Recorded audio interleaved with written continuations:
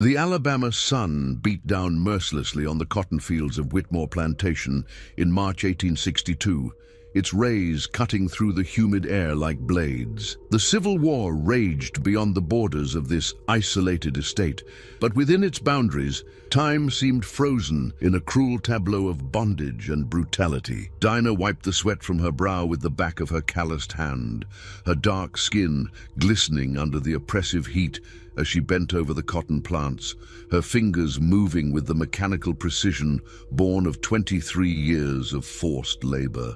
At 31, Dinah had known no other life than this plantation. Her mother had died giving birth to her in the slave quarters, and her father had been sold when she was barely 5 years old. The only family she had ever known were the other enslaved souls who shared her suffering, their faces etched with the same resignation and quiet desperation that marked her own. The overseer, Samuel Briggs, rode his horse slowly between the rows of workers, his pale eyes scanning for any sign of slackness or defiance. A thick-set man in his 40s with graying hair and a perpetual sneer, Briggs had earned his reputation as one of the cruelest overseers in the county.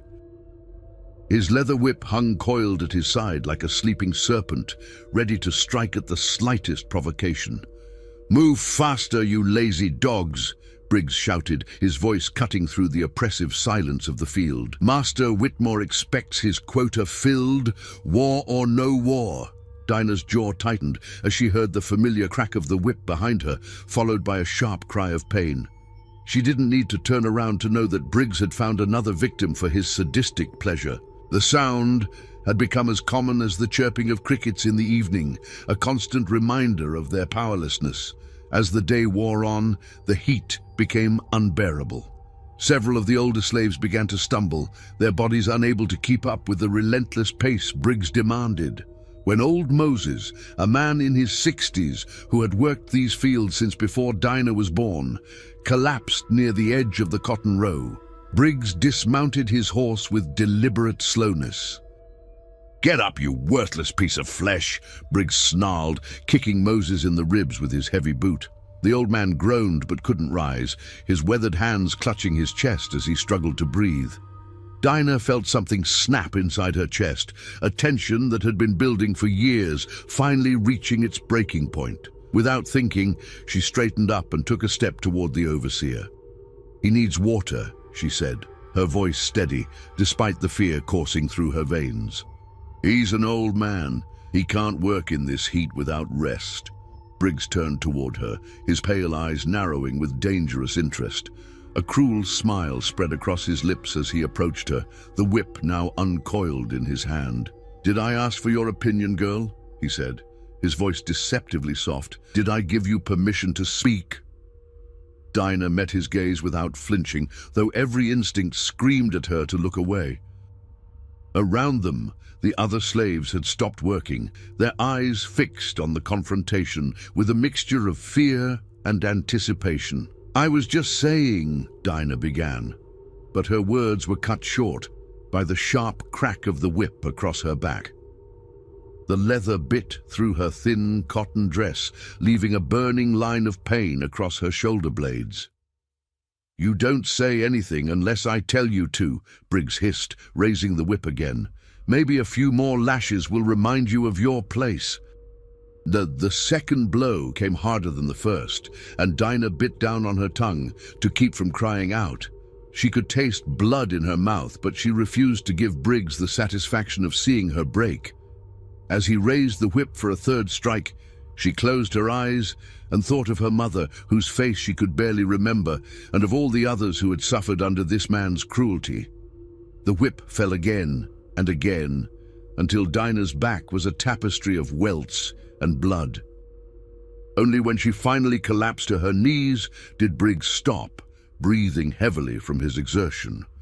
"Let that be a lesson to all of you," he announced to the assembled slaves. "This is what happens when you forget your place. Now get back to work, or you'll all get the same." As the other slaves reluctantly returned to their labor, Dinah remained on her knees in the dirt, her body trembling with pain and rage. But beneath the physical agony, something else was growing, a cold, calculating fury that would not be satisfied with mere endurance. For the first time in her life, Dinah began to think not of survival, but of revenge. The sun continued its merciless descent toward the horizon, casting long shadows across the cotton fields. In the distance, the plantation house stood like a white monument to privilege and power, its columns gleaming in the fading light. But in the fields where blood had been spilled, where dignity had been trampled, a different kind of monument was being built, one forged in the furnace of human suffering and tempered by an unbreakable will. As Dinah finally struggled to her feet, her back screaming with every movement, she caught sight of Briggs riding toward the barn to tend to his horse. The sight of him, so casual and unconcerned after what he had done, sent a fresh wave of hatred through her veins. She watched him disappear into the shadows of the barn, and for the first time, she began to plan. The plantation bell tolled 6 times, signaling the end of another brutal day in the fields. Dinah walked slowly back to the slave quarters, each step sending fresh waves of pain through her lacerated back. The other slaves gave her sympathetic glances, but said nothing. They all knew the price of drawing attention to oneself after such a beating.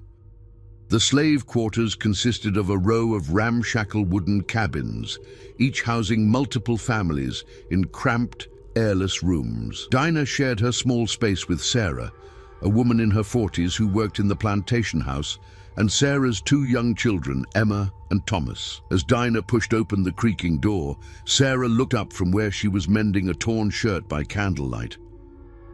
"Lord, have mercy," Sarah whispered, seeing the blood seeping through Dinah's dress. "What did you do to make Briggs so angry?" "I spoke up for old Moses," Dinah replied, wincing as she carefully lowered herself onto her straw mattress. "The man collapsed from the heat, and Briggs was kicking him like a dog." Sarah shook her head sadly. "You know better than that, child. Speaking up only makes things worse for all of us." "Does it?" Dinah asked, her voice barely above a whisper. "Or does staying silent make us complicit in our own destruction?" Sarah set down her mending and moved to examine Dinah's wounds. "Hush now. Talk like that will get you sold down river, or worse. Let me clean these cuts before they fester." As Sarah gently cleaned the whip marks with a damp cloth, Dinah stared at the rough wooden ceiling and listened to the sounds of the quarters settling into evening. Children's voices drifted from neighboring cabins, their laughter a stark contrast to the day's brutality. Somewhere in the distance, she could hear the faint sound of singing, a spiritual that spoke of deliverance and freedom, words that had sustained her people through generations of bondage. "Sarah," Dinah said quietly, "do you ever think about what it would be like if things were different?" "Different how?" Sarah asked, though her tone suggested she knew exactly what Dinah meant. "If we weren't property, if we could make our own choices, go where we wanted, say what we thought without fear of the whip." Sarah was quiet for a long moment, her hands pausing in their gentle ministrations. "I think about it every day," she finally admitted. "But thinking and doing are 2 different things. We survive by keeping our heads down and our mouths shut." "And what kind of life is that?" Dinah asked. "What kind of legacy do we leave for Emma and Thomas?" Before Sarah could answer, the sound of approaching footsteps made both women freeze.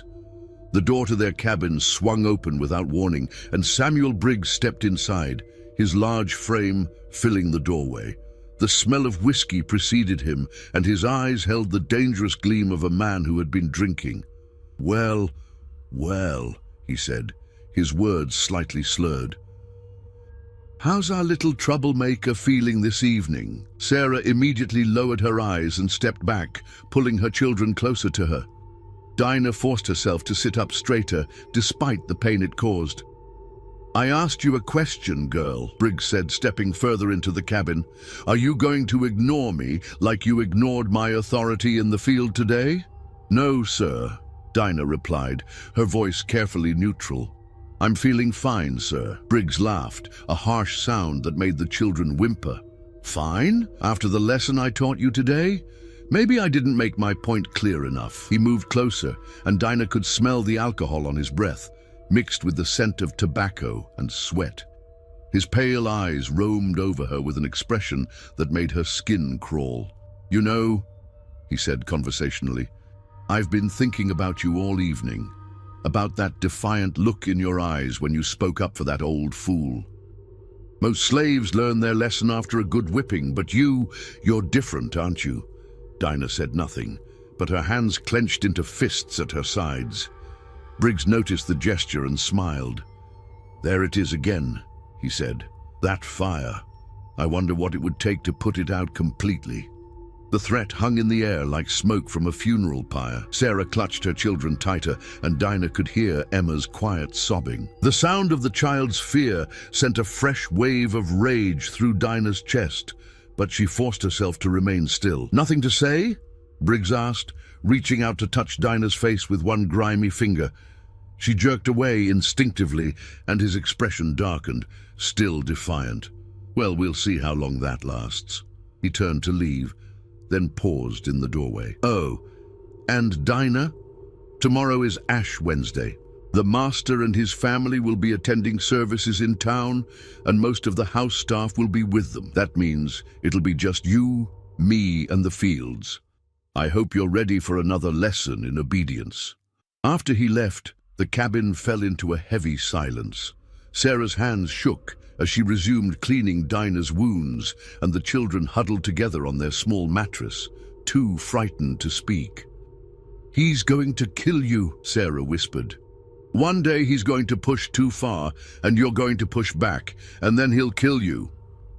Dinah stared at the door where Briggs had stood, her mind racing. Tomorrow was indeed Ash Wednesday, the beginning of Lent, a time when the white folks would be focused on their prayers and penance, seeking forgiveness for their sins while continuing to commit new ones against their fellow human beings. "Maybe," Dinah said quietly, "or maybe it's time someone taught him a lesson about consequences." Sarah's eyes widened in alarm. "Dinah, no! Whatever you're thinking, don't! They'll hang you or worse!" But Dinah was no longer listening. Her mind was already working, planning, calculating. She thought about the barn where Briggs kept his horse, about the tools stored there, about the isolation of the plantation during church services. She thought about old Moses, lying in his cabin with broken ribs, and about Emma's terrified sobs, and about all the others who had suffered under Briggs' cruelty. As the night deepened around the slave quarters, Dinah lay awake on her straw mattress, her back throbbing with pain, but her mind crystal clear. Tomorrow would be Ash Wednesday, a day of repentance and reflection. But for Samuel Briggs, it would be something else entirely, a day of reckoning that had been 23 years in the making. The pre-dawn darkness of Ash Wednesday, March 5, 1862, settled over Whitmore Plantation like a shroud. Dinah had not slept. Instead, she had spent the long hours listening to the sounds of the night, the distant howl of a coyote, the rustle of small creatures in the underbrush, the steady breathing of Sarah and her children. Each sound seemed amplified in the stillness, as if the world itself was holding its breath for what was to come. At 4:30, the plantation bell began its mournful toll, calling the slaves to another day of labor. Dinah rose carefully from her mattress, every movement sending fresh waves of pain through her wounded back. The cuts had scabbed over during the night, but the fabric of her dress stuck to the dried blood, pulling at the wounds as she dressed. Sarah stirred as Dinah moved about the small cabin, gathering her few possessions. "Where are you going so early?" she asked sleepily. "To the fields," Dinah replied, her voice steady. "Same as always." But Sarah, who had known Dinah for over a decade, heard something different in her tone, a finality that made her sit up in alarm. "Dinah, what are you planning?" Dinah paused at the door, her hand on the rough wooden handle. For a moment, she considered telling Sarah everything about the rage that had been building inside her for years, about the plan that had crystallized in her mind during the sleepless night, about the choice she had made to stop being a victim. but she knew that knowledge would only put Sarah and her children in danger. "I'm planning to survive," Dinah said finally. "Same as always." She stepped out into the cool morning air before Sarah could respond. The slave quarters were beginning to stir as families prepared for another day of forced labor. Children's voices mixed with the low murmur of adult conversation, creating a familiar symphony of resignation and endurance. Dinah walked slowly toward the fields, but her eyes were fixed on the barn that stood between the slave quarters and the main house. It was a large structure built of weathered wood and corrugated tin, where Briggs kept his horse and the various tools of his trade. More importantly, it was isolated, far enough from both the quarters and the main house that sounds from within would not easily carry. As she reached the edge of the cotton fields, Dinah could see lights beginning to flicker in the windows of the plantation house. The Whitmore family would be preparing for their journey to town for Ash Wednesday services, a ritual that would keep them away from the plantation for most of the day. Master Whitmore was a devout man, or at least he played one convincingly, and his wife was known for her ostentatious displays of piety. They would not miss the opportunity to be seen at church on such an important day in the Christian calendar. The other slaves began to arrive in the fields, their faces bearing the same weary resignation that Dinah had seen every morning for as long as she could remember. Old Moses was not among them. His injuries from the previous day had left him bedridden, a fact that only strengthened Dinah's resolve. At precisely 6 o'clock, Samuel Briggs appeared on horseback, his pale eyes scanning the assembled workers with predatory interest. He had clearly been drinking again. Dinah could see it in the slight sway of his posture and the redness of his face. His gaze lingered on her for a long moment, and she saw him smile, a cold, anticipatory expression that made her stomach turn. "Well, well," he called out, his voice carrying across the field. "Looks like our little rebel decided to show up for work after all. I was beginning to think you might have run off in the night." Dinah said nothing, but she met his gaze steadily. Around her, the other slaves began to disperse to their assigned rows, eager to avoid becoming the focus of Briggs's attention. "Cat got your tongue this morning?" Briggs continued, dismounting his horse and walking toward her. "That's not like you, Dinah. Usually you have so much to say."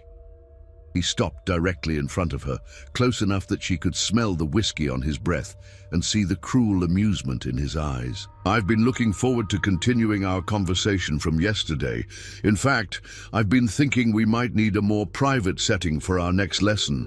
The threat was unmistakable, and Dinah felt her jaw clench involuntarily. But she forced herself to remain calm, to play the role of the cowed slave that Briggs expected to see. "Yes, sir," she said quietly, lowering her eyes in a show of submission. Briggs laughed, clearly pleased by what he perceived as her defeat. "That's more like it. Maybe yesterday's whipping did some good after all." He leaned closer, his voice dropping to a whisper. "But don't think this is over, girl. Not by a long shot." As the morning progressed, Dinah worked mechanically in the cotton fields, her hands moving with practiced efficiency while her mind focused on the plan that had taken shape during the long night. She watched Briggs as he rode between the rows, noting his patterns, his habits, the times when he was most vulnerable. Around 10 o'clock, the sound of carriage wheels on gravel announced the departure of the Whitmore family for their religious observances in town. Dinah looked up to see the elegant black carriage disappearing down the tree-lined drive, carrying with it the last witnesses who might have intervened in what was to come. The plantation fell into an eerie quiet, broken only by the sounds of labor in the fields and the occasional bark of a dog in the distance. With the master's family gone and most of the house staff accompanying them, the plantation felt isolated, cut off from the outside world. It was then that Dinah began to put her plan into motion. She had noticed that one of the cotton plants near the edge of her row was diseased, its leaves yellowed and wilted. It would provide the perfect excuse for what she needed to do. "Mr. Briggs," she called out, her voice carrying just the right note of concern and deference. "Sir, I think you need to see this." Briggs rode over, his expression suspicious. "What is it now?" Dinah pointed to the diseased plant. "This cotton, sir. It looks sick. I'm worried it might spread to the other plants if we don't do something about it." Briggs dismounted and examined the plant, his brow furrowed in concentration. Cotton was the lifeblood of the plantation, and any threat to the crop was taken seriously, even by a man as cruel as Briggs. "You might be right," he admitted grudgingly. "We'll need to dig it up and burn it before it spreads." He looked around the field, then back at Dinah. "There are some tools in the barn that we'll need. Come with me." Dinah's heart began to race, but she kept her expression neutral. "Yes, sir." As they walked toward the barn, Dinah felt the weight of history pressing down on her shoulders. She thought of her mother, who had died in chains, and of her father, sold away like livestock. She thought of old Moses, lying broken in his cabin, and of all the others who had suffered and died under the yoke of slavery. She thought of Sarah's children, and of the future that awaited them if nothing changed.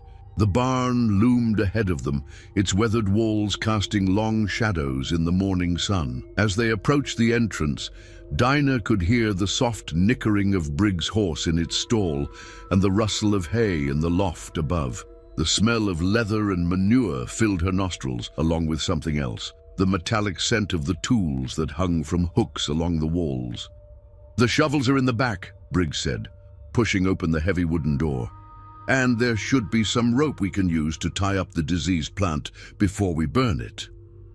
As they stepped into the cool darkness of the barn, Dinah felt a strange calm descend over her. The moment she had been preparing for all night was finally at hand.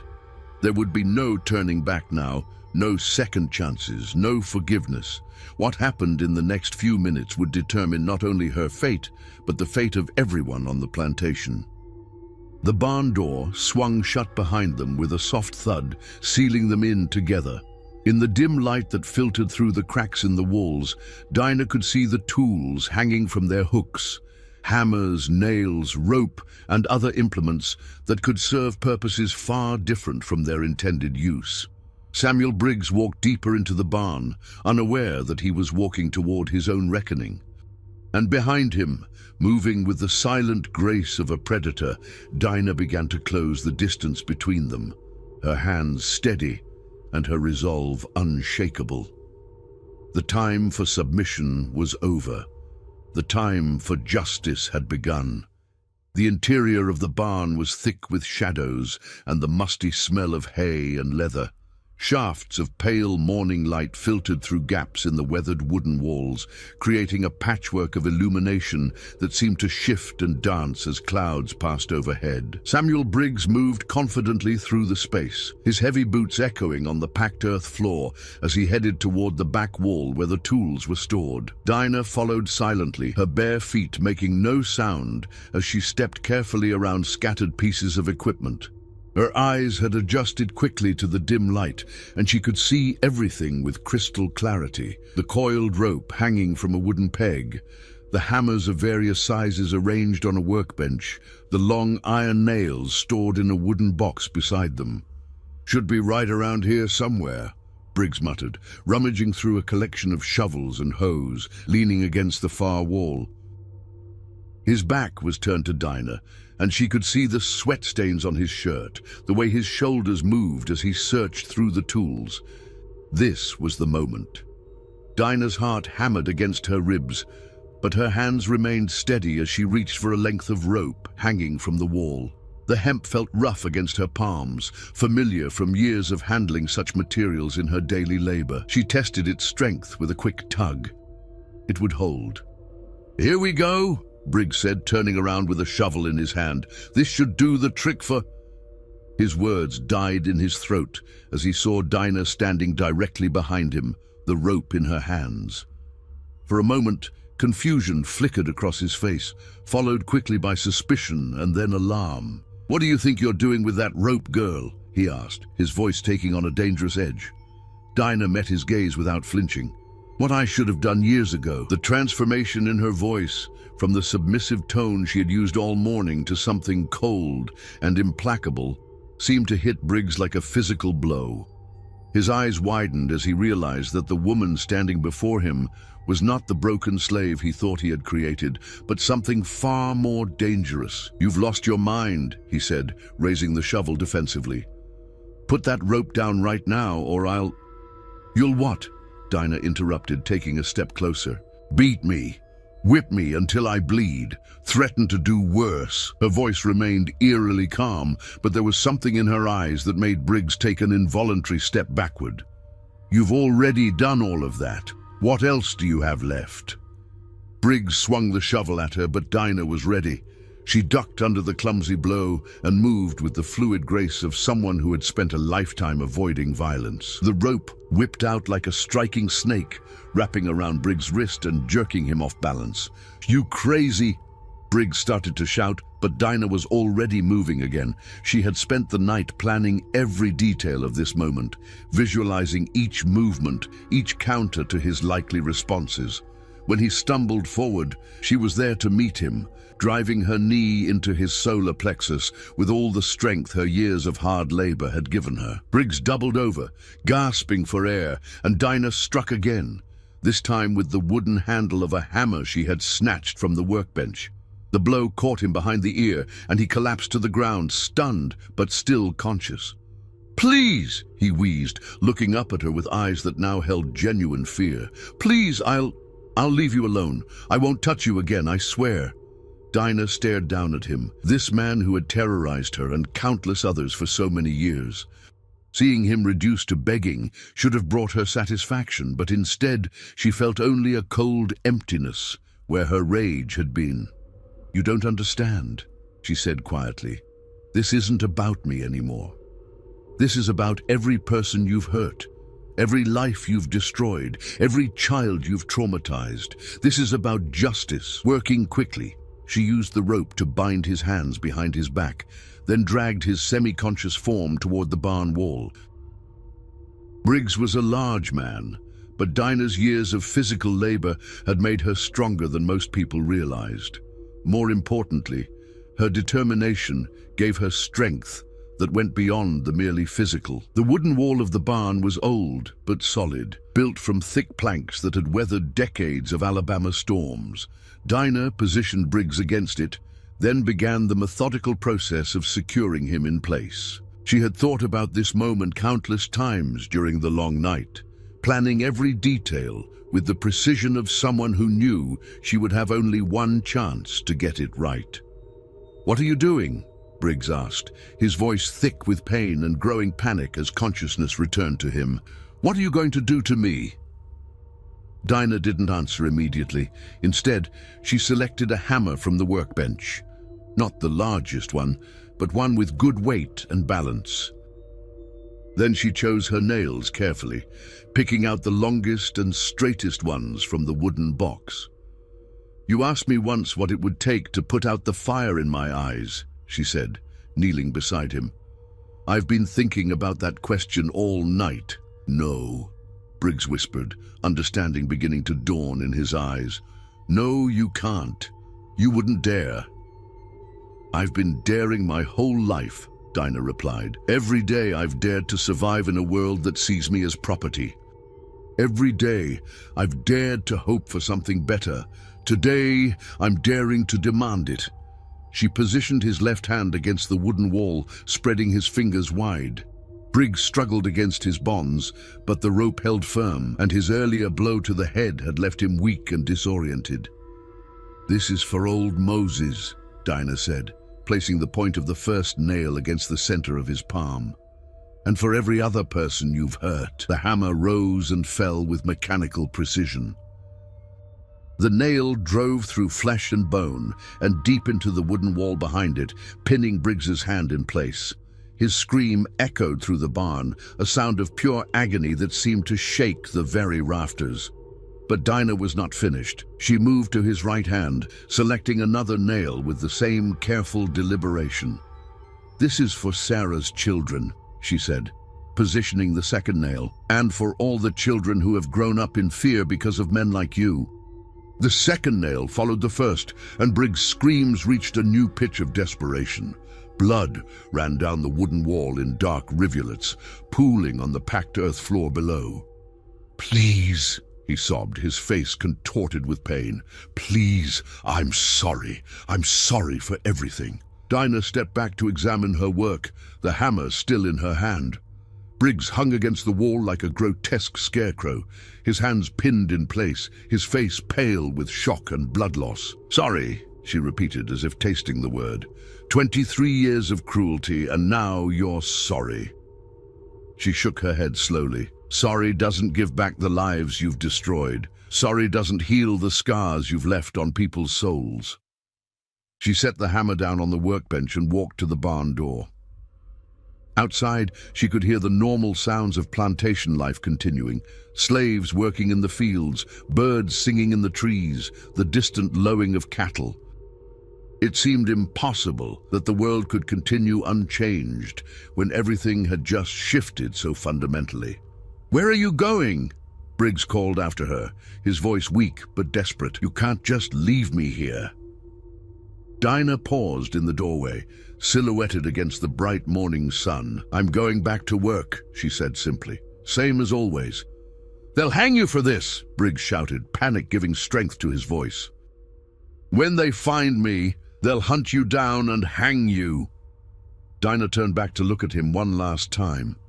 "Maybe," she said, "but you won't be there to see it." She stepped out of the barn and closed the door behind her, leaving Samuel Briggs alone with his pain and his fear. The morning sun felt warm on her face, and for the first time in years, Dinah felt something that might have been peace. The reckoning was complete. Now came the consequences. The cotton fields stretched endlessly under the Alabama sun, their white bowls swaying gently in the humid breeze.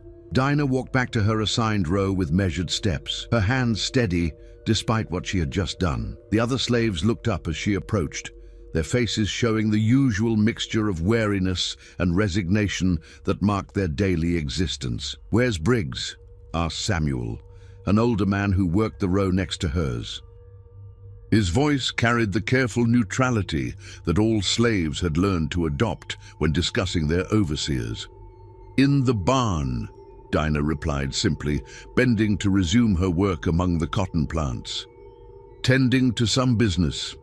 Samuel nodded and returned to his labor, but Dinah could feel his eyes on her occasionally as the morning progressed. The other slaves seemed to sense that something had changed, though they couldn't quite identify what it was. There was a stillness about Dinah, a calm that was different from her usual controlled tension. As the sun climbed higher, the absence of Briggs's harsh voice and the crack of his whip created an unusual quiet in the fields. The slaves worked at their own pace for the first time in memory, straightening their backs when they needed to rest, taking sips of water from the communal bucket without fear of retribution. "This is strange," whispered Mary, a young woman who worked nearby. "He's never left us alone this long before." "Maybe he's sick," suggested another voice. "He was drinking heavy last night. I could smell it on him this morning." Dinah said nothing, but she listened to their speculation with a detached interest. Let them wonder. Let them enjoy these few hours of relative peace before the storm that was surely coming. Around noon, when the sun was at its most brutal, old Thomas, one of the few slaves who had been on the plantation longer than Dinah, straightened up and shaded his eyes with his hand. "Someone's coming," he announced. "Looks like young Master Robert." Dinah looked up to see a rider approaching from the direction of the main house. Robert Whitmore, the master's eldest son, was a man in his early 20s who had recently returned from college in Charleston. Unlike his father, who maintained a facade of paternalistic benevolence, Robert made no attempt to hide his contempt for the slaves who worked his family's land. He rode directly to where the slaves were working, his horse's hooves kicking up small clouds of dust. His face was flushed with heat and irritation, and his expensive clothes were already showing dark stains of perspiration. "Where's Briggs?" he demanded, his voice sharp with authority. "I've been looking for him all morning." The slaves exchanged glances, but no one spoke immediately. Finally, Samuel cleared his throat.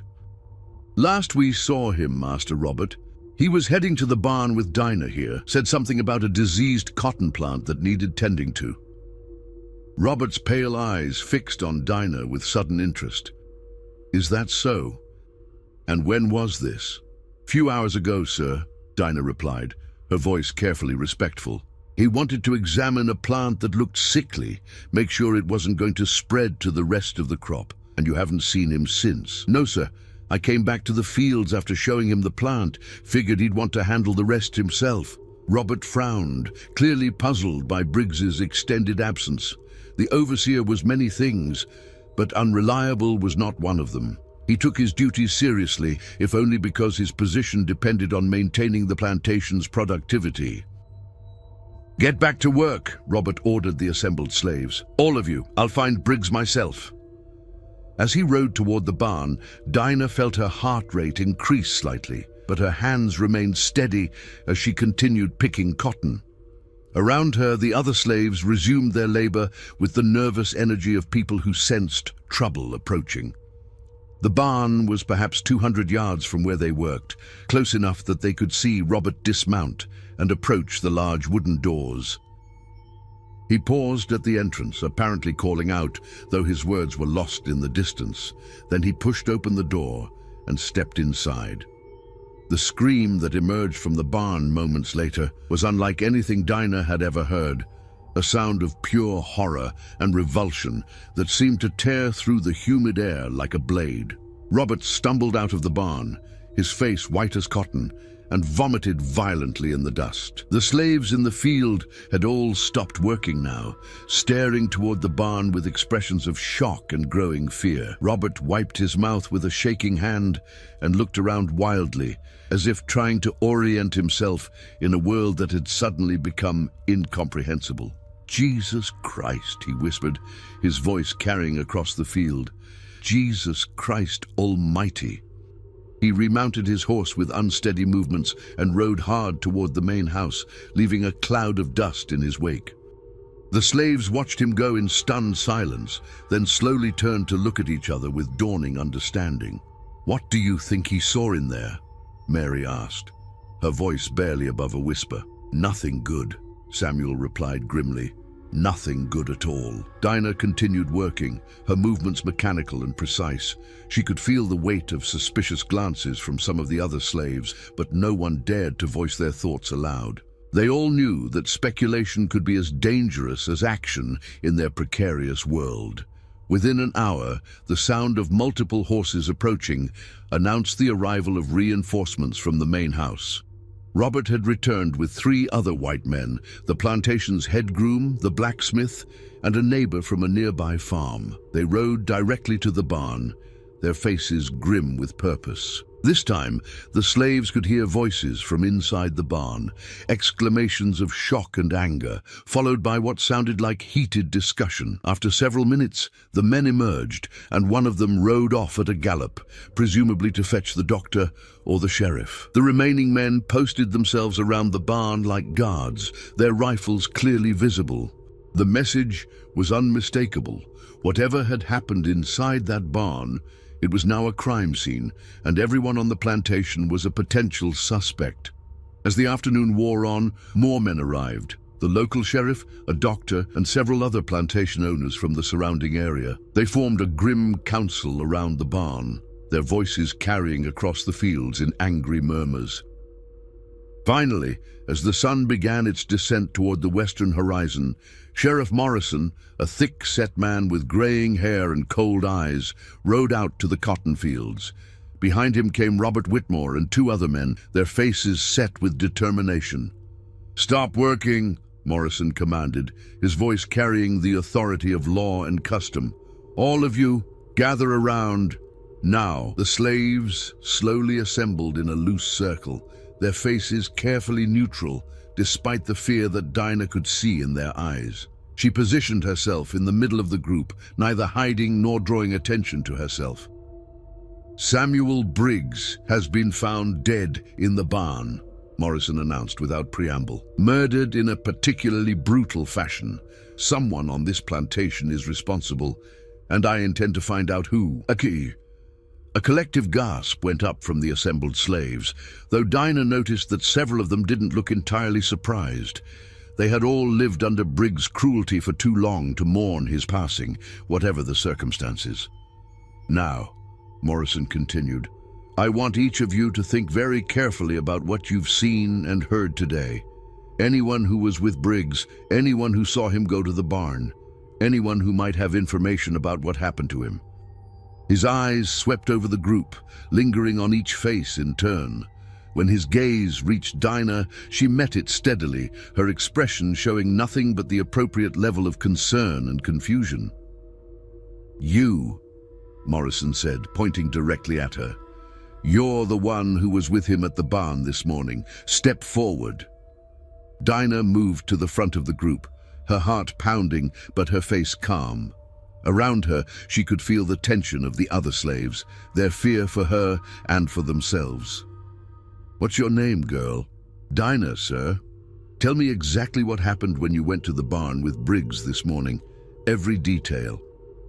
Dinah took a breath and began to speak, her voice steady and respectful.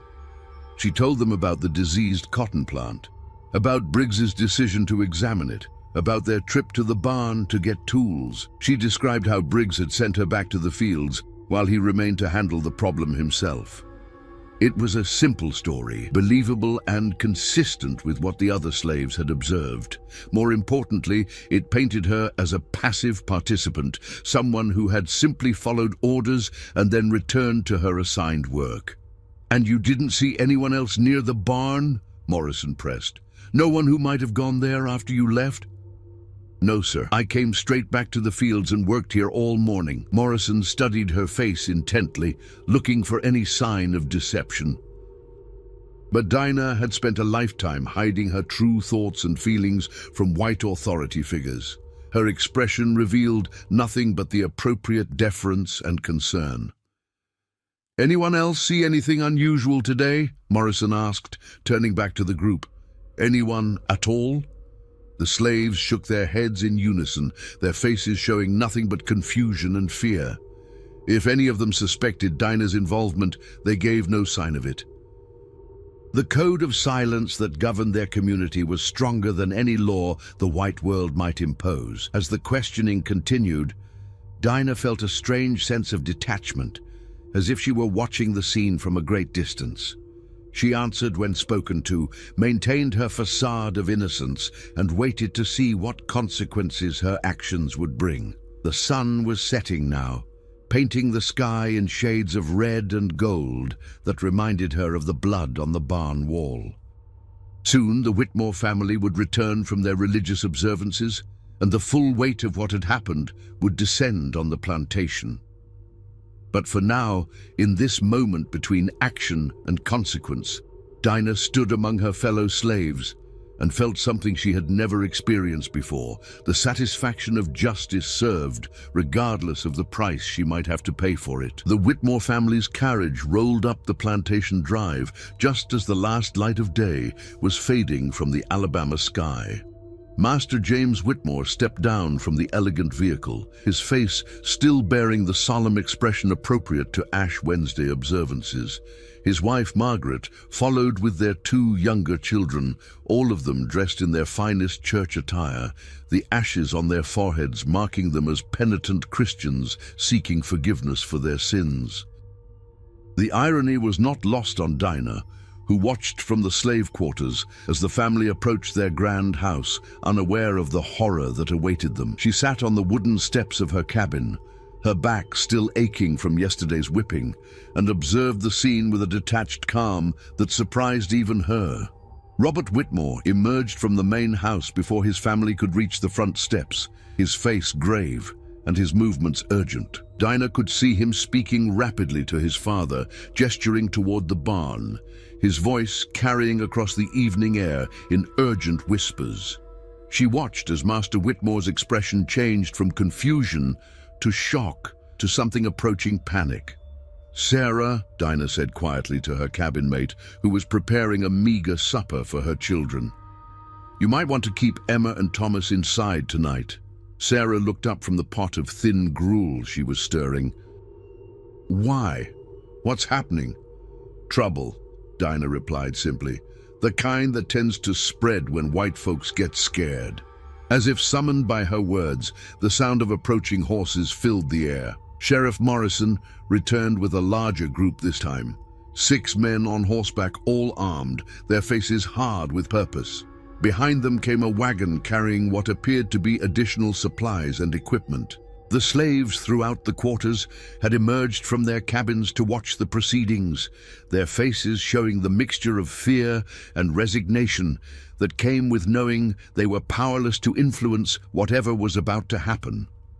Children clung to their mothers' skirts, and the older men stood with their hands carefully visible, knowing that any sudden movement could be interpreted as threatening.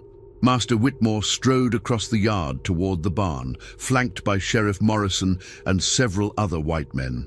Their voices carried in the still evening air, though the words were indistinct. After several minutes of heated discussion, they began to move toward the slave quarters. "Everyone out," Morrison commanded, his voice cutting through the evening quiet like a blade. "Every man, woman, and child, line up in front of your cabins, now." The slaves complied with the practiced efficiency of people who had learned that hesitation could be fatal. Families emerged from their cramped quarters and arranged themselves in neat rows, their faces carefully neutral, despite the fear that Dinah could see in their eyes. Master Whitmore stood before them, his usually composed demeanor cracked by the events of the day.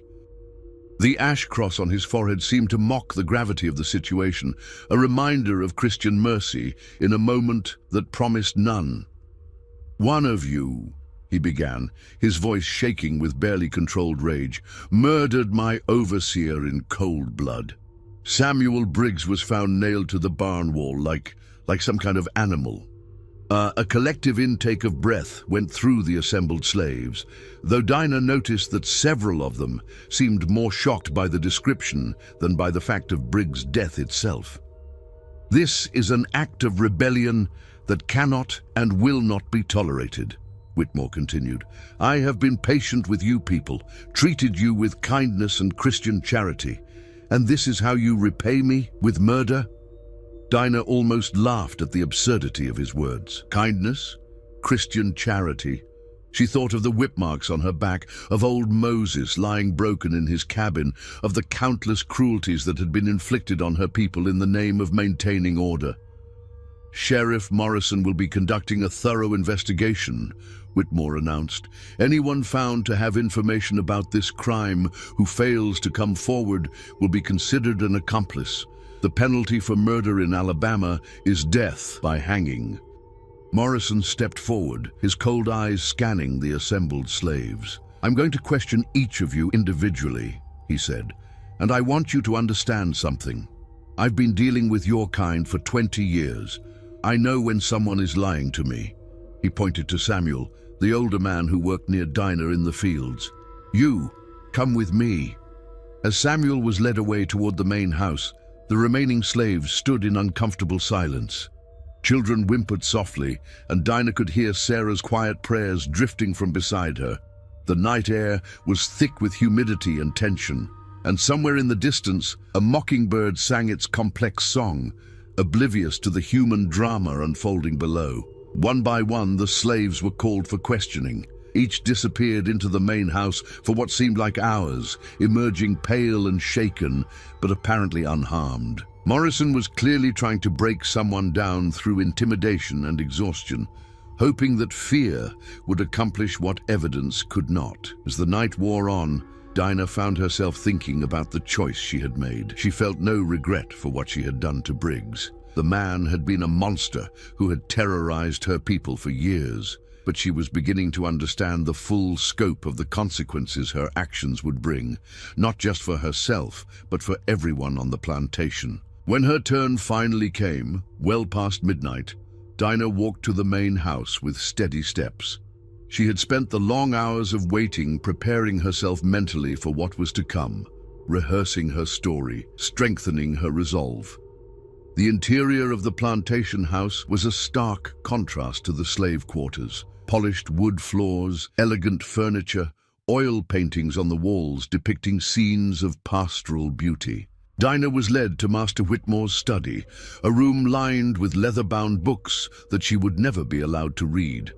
Sheriff Morrison sat behind the massive oak desk, his face illuminated by the flickering light of an oil lamp. Master Whitmore stood beside him, his earlier composure completely gone, replaced by a barely controlled fury that made his hands shake. "Sit down," Morrison commanded, gesturing to a simple wooden chair that had been placed in front of the desk. Dinah sat, her back straight despite the pain from her wounds, her hands folded calmly in her lap. She met Morrison's gaze without flinching, knowing that any sign of weakness would be interpreted as guilt.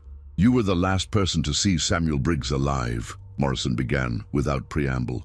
"Tell me again what happened in that barn." Dinah repeated the same story she had told earlier, her voice steady and consistent. She described the diseased cotton plant, the trip to the barn for tools, Briggs's decision to handle the problem himself while she returned to the fields. "And you expect me to believe," Morrison said, leaning forward, "that you just walked away and left him there? That you didn't see or hear anything unusual?"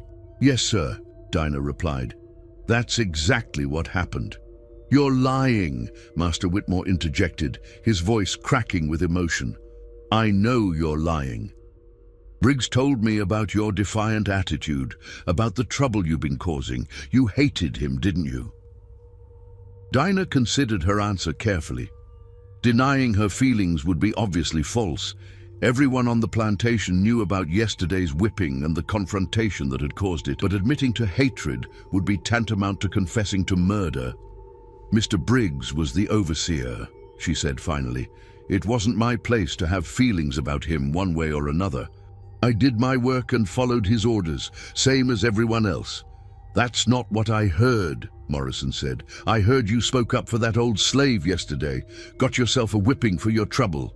That must have made you angry." "Getting whipped always hurts," Dinah replied, "but anger doesn't change anything. It just makes things worse." But for the next 2 hours, they questioned her relentlessly, approaching the same topics from different angles, trying to catch her in a contradiction or break down her composure. But Dinah had spent a lifetime perfecting the art of hiding her true thoughts and feelings from white authority figures. Her story remained consistent, her demeanor respectful, but not overly deferential. Finally, as dawn began to lighten the eastern sky, Morrison leaned back in his chair with obvious frustration. "I know you did it," he said quietly. "I can't prove it yet, but I know. And when I do find the proof, you'll hang for it." "I understand, sir," Dinah replied. "I hope you find whoever really did this terrible thing." As she was escorted back to the slave quarters, Dinah felt the weight of exhaustion settling over her like a heavy blanket. But beneath the fatigue was something else, a grim satisfaction that she had held her ground, that she had not broken under pressure. The other slaves were waiting for her return, their faces anxious and fearful. As she rejoined them in the pre-dawn darkness, she could feel their questions hanging in the air like smoke, but no one dared to voice them aloud. The sun was rising now, painting the sky in shades of pink and gold. It would be another day of labor in the cotton fields, another day of pretending that the world had not fundamentally changed. But Dinah knew that nothing would ever be the same again. She had struck a blow against the system that had oppressed her people for generations. Whether she would live to see the consequences of that blow remained to be seen. But for the first time in her life, she felt that she had truly lived, rather than merely survived. The reckoning was far from over, but the first chapter had been written in blood and nails, and there would be no erasing it from the history of Whitmore Plantation. 3 days had passed since the discovery of Samuel Briggs's body, and the atmosphere on Whitmore Plantation had grown increasingly oppressive. Sheriff Morrison had established a temporary headquarters in the main house, conducting endless interrogations and searches while the slaves went about their daily labor under the watchful eyes of armed guards. The cotton still needed to be picked, the animals still needed to be fed, and the machinery of the plantation ground on despite the shadow of murder that hung over everything. Dinah worked in the fields with the same mechanical precision she had always shown, but she could feel the weight of suspicious glances from both the white overseers and some of her fellow slaves.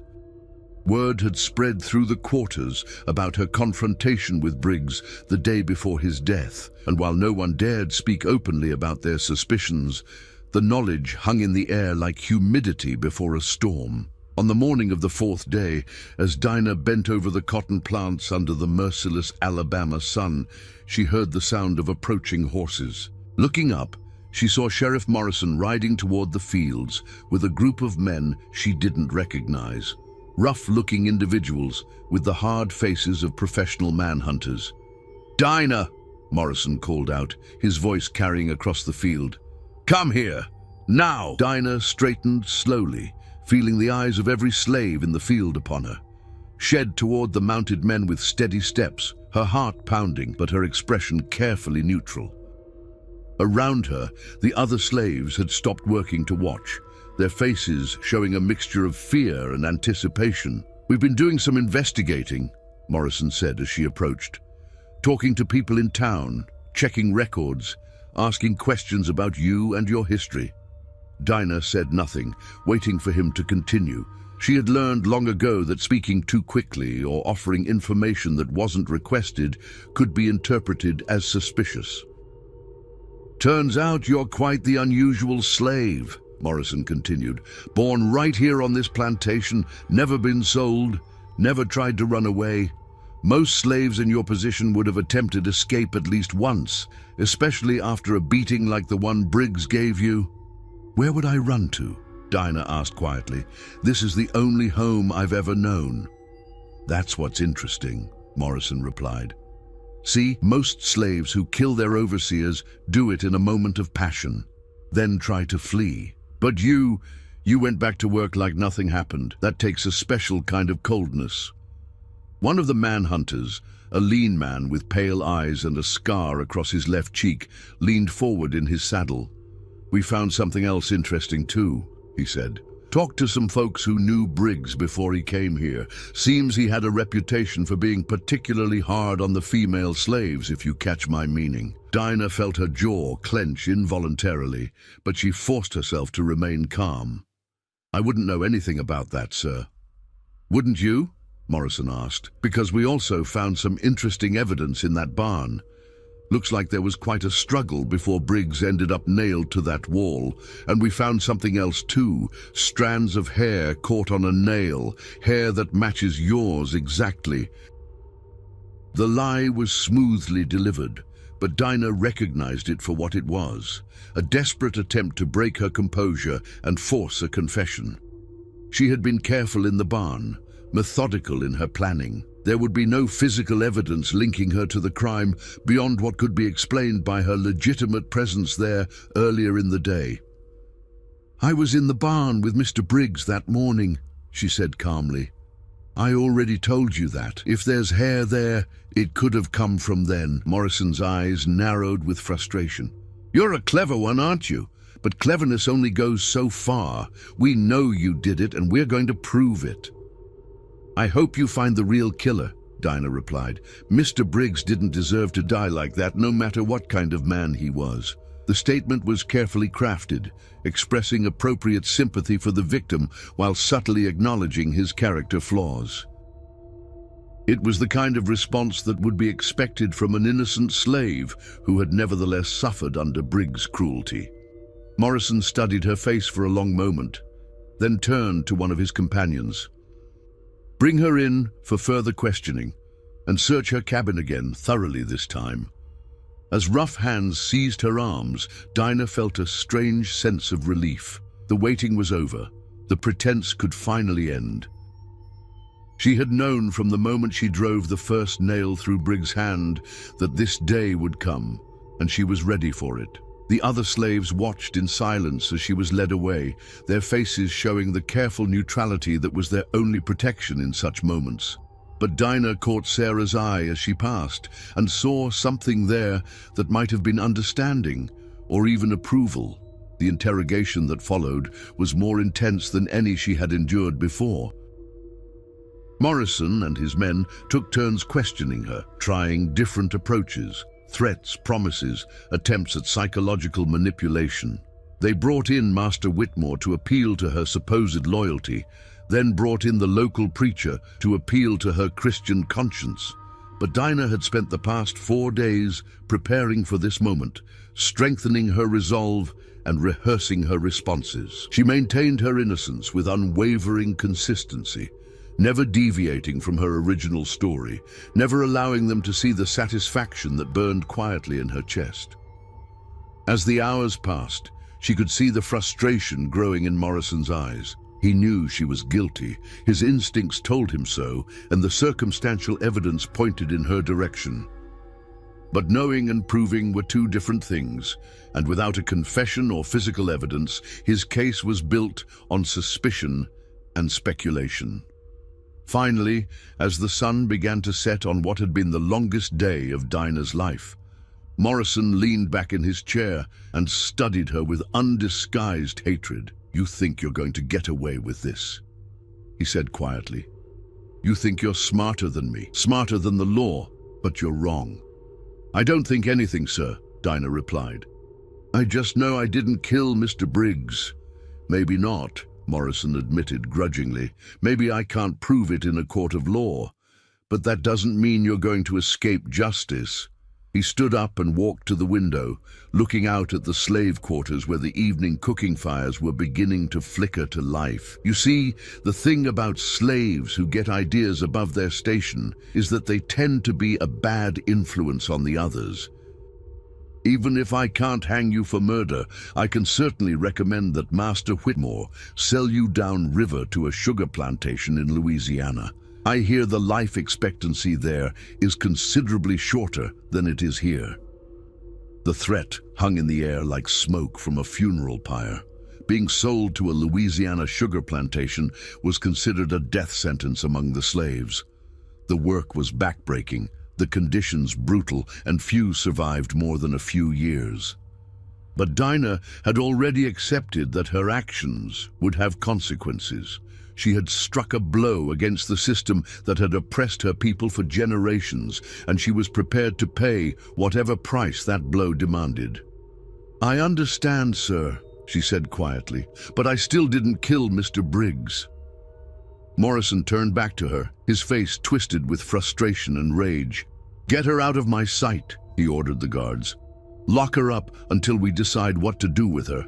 Udi, as she was led away to a small storage room that would serve as her temporary prison, Dinah felt a strange sense of peace settling over her. She had done what needed to be done, had struck a blow for justice in a world that offered precious little of it to people like her. Through the small window of her makeshift cell, she could see the barn where Samuel Briggs had met his end. The building stood silent and empty now, but she knew that what had happened there would be remembered long after she was gone. The story would spread through the slave quarters, whispered from plantation to plantation, carried by the underground network of communication that connected the oppressed throughout the South. They would remember Dinah of Alabama, the slave who had dared to demand justice with her own hands. They would remember that even in the darkest of times, even under the most oppressive of systems, the human spirit could still strike back against cruelty and injustice. As the stars began to appear in the darkening sky, Dinah closed her eyes and thought of her mother, whose face she could barely remember, and of her father, sold away when she was just a child. She thought of old Moses, lying broken in his cabin, and of Sarah's children, who might now grow up in a world where overseers thought twice before raising their hands in anger. The price of justice had always been high, and she was prepared to pay it. But the debt that Samuel Briggs had owed to her people, a debt written in blood and tears and broken bodies, had finally been settled in full.